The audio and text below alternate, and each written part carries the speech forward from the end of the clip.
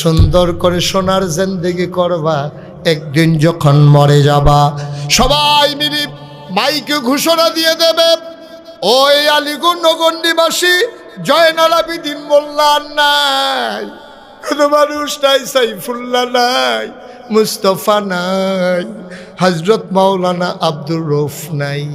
যেদিন ঘোষণা আসবে মানুষটা নাই, সবাই মিলে দৌড়ে দৌড়ে আসবে, কাফন পরাইয়া যখন দাফন করে দেবে মাটির কবরে, সবাই দেখুক মাটির কবর, এমন একটা জিন্দেগি কইরা যাইও, সবাই দেখুক মাটির কবর, তুমি যেন কবরে গিয়া দেখো মাটির কবর মাটি নাই, মাটির কবর জান্নাতের টুকরা হয়ে গেছে। এমন একটা জিন্দেগি আমরা চাই নাকি চাই না? সবাই চাই নাকি চাই না?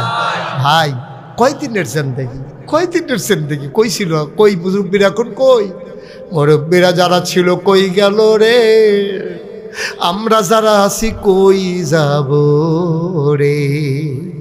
ভাই খুব খেয়াল করে শোনো, এই যে তোমরা দেখেছো মুশতাক ফৈজি পীর সাহেব, তোমরা আমার সম্পর্কে অনেকেই জানো না, অনেকেই যাও নাই।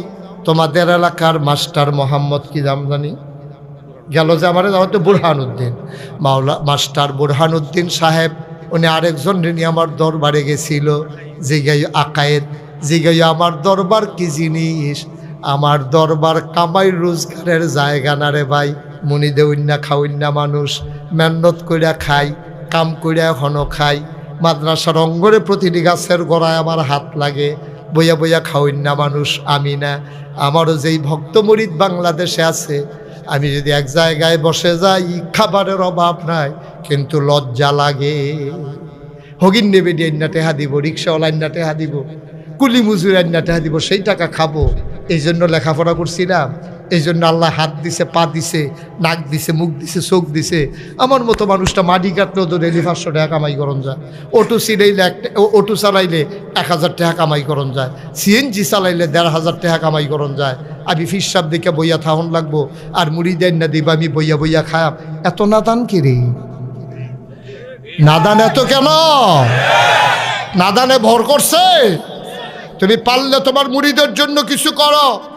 এই যে বন্যা গেল আপনারা জেনেছেন, 15 দিন আমি সংসার থেকে বিচ্ছিন্ন ছিলাম। আমি বুক পানি কোমর পানি ভেঙে ভেঙে আমার এলাকার মানুষের ঘরে ঘরে গিয়ে আমি খাবার দিয়ে আসছি। মানুষগুলো আবার জ্বর হয়ে ধরে কাঁদছে, হুজুর আপনার মতো মানুষ, আপনি এই পানিতে ভেঙে জীবনে পানিতে নামেন নাই, আর পানি ভেঙে আমাদের জন্য খাবার নিয়ে আসছেন। আমি কেঁদেছি আর বলেছি, তোমরা আমারে দেখো, আমার কি একবার দেখতে মন চায় না?